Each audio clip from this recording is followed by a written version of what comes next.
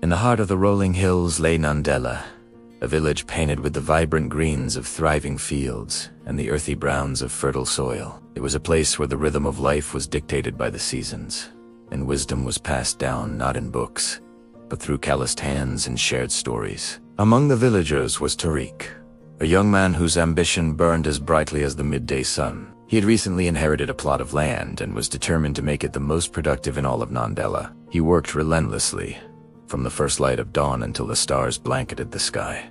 Yet his fields remained stubbornly average. His crops were thin, and his spirit was beginning to wilt alongside them. One sweltering afternoon, leaning on his shovel and wiping sweat from his brow, Tariq looked across the valley to a field that seemed to defy the sun's harsh gaze. It belonged to Musa, an old farmer whose back was bent with age, but whose land was a tapestry of lush, deep green. His harvests were always legendary. Frustration finally got the better of Tariq. He dropped his shovel and marched over to Musa's farm. He found the old man sitting serenely under a large baobab tree, mending a fishing net. "Musa," Tariq began, his voice laced with impatience. "I don't understand it. I work twice as hard as anyone, yet my land yields half as much as yours. What is your secret? Is it some ancient magic?" Musa chuckled, a sound like rustling leaves. He looked up, his eyes crinkling at the corners. "No magic, young Tariq. Just the simple wisdom of the earth. Come, walk with me. Your first lesson awaits." He led Tariq not to the vibrant crops, but to a fallow patch of land where he was mixing compost and manure into the dark, rich soil. "Look here," Musa said, crumbling a handful of earth. "You are so focused on the seeds and the sun, but you forget the most important part. The foundation. You cannot build a strong house on weak ground, and you cannot grow strong crops in poor soil." He explained how he spent seasons nurturing his soil, feeding it with nutrients, allowing it to breathe. "Your soil is tired, Tariq. You have been taking from it without giving back. You must first heal the land. This is the first wisdom. Tend to your foundation before you expect anything to grow." Tariq listened, a seed of understanding planting itself in his mind. He had been so eager for results that he had completely ignored the health of his soil. He spent the next few weeks following Musa's advice. It was hard, unglamorous work. Instead of planting, he was plowing in compost and green manure, turning the soil and letting it rest. His neighbors whispered, thinking he had given up. Doubt gnawed at him, but he held on to Musa's words. Just as he was starting to feel a rhythm in this new, slower work, a wave of exhaustion hit him. He was still trying to work from dawn till dusk, now just on a different task. One morning, he collapsed by his water well, his body aching. Musa, making his morning rounds, found him there. "Ah," Musa said softly, helping the young man to his feet. "It seems you are ready for the second lesson." He led Tariq back to the baobab tree and poured him a cup of cool water. "Tell me, does the sun shine for 24 hours a day? Does the river flow without ever slowing? No. Nature understands the importance of rest. The fields must lie fallow to recover. The moon takes over from the sun.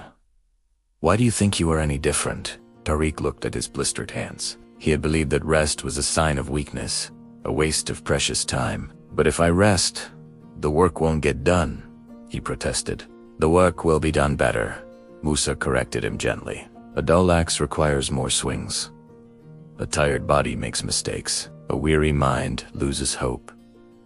Rest is not an absence of work. It is part of the work. It is when your body and mind heal, when you gather strength for the next day's challenges. This is the second wisdom.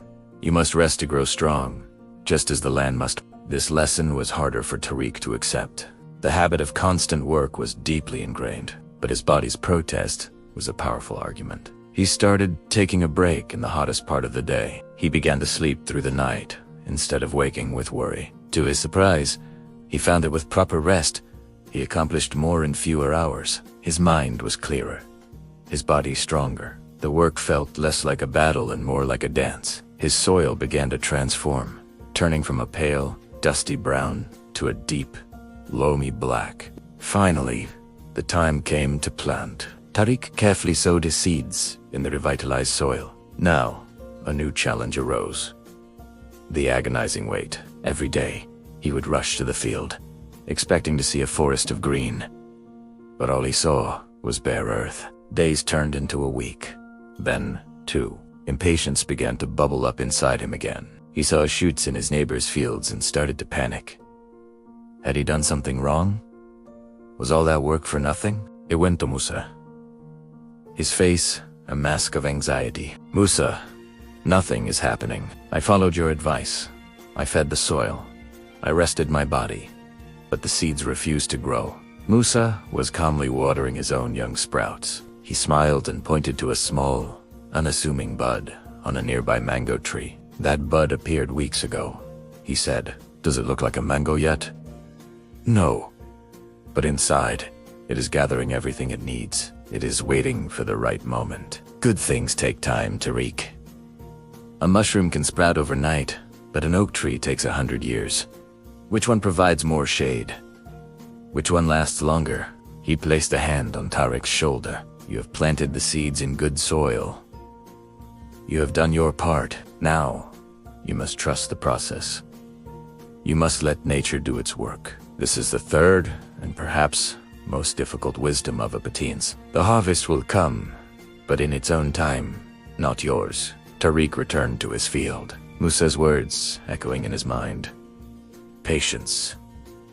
He learned to watch the sky, to feel the moisture in the air, to simply sit and be with his land instead of demanding from it. He used the waiting time to mend his fences, clean his tools, and talk with other farmers, truly listening for the first time. He learned that farming was not a sprint, but a marathon of seasons. And then, one morning, it happened. A faint shimmer of green coated his field. Tiny, delicate shoots were pushing their way through the dark soil. Tariq knelt, touching a tender leaf with a reverence he had never felt before. It was more beautiful than any full-grown crop he had ever seen. As the weeks passed, his field transformed. The stalks grew thick and strong, the leaves a deep, healthy green. His corn stood taller, his pumpkins grew larger, and his beans were more plentiful than anyone in Nandela had ever seen. The villagers who had once whispered about his strange methods now came to admire his land and ask for his advice. When the harvest came, it was a celebration. Tariq's yield was more than double what he had ever achieved before. But the true harvest was not just in the crops. He stood beside Musa, looking over his bountiful land, a deep sense of peace settling over him. He was no longer the impatient boy who had demanded secrets from the earth. He had learned to listen to it, to weed it, to respect its rhythms. You have a fine farm, Tariq, Musa said, his voice filled with pride. I do, Tariq replied, his eyes gleaming not with ambition, but with gratitude. But you taught me something more valuable than how to farm. You taught me how to live, how to build a strong foundation in my life, how to find strength in rest, and how to have the patience to let good things grow. The old farmer simply nodded, and together, the two men watched the sun set over the green fields of Nandela. A silent testament to the enduring wisdom of the earth. Thanks for watching. If this story resonated with you, remember to like, share, and subscribe for more Dailies of Wisdom. See you next time.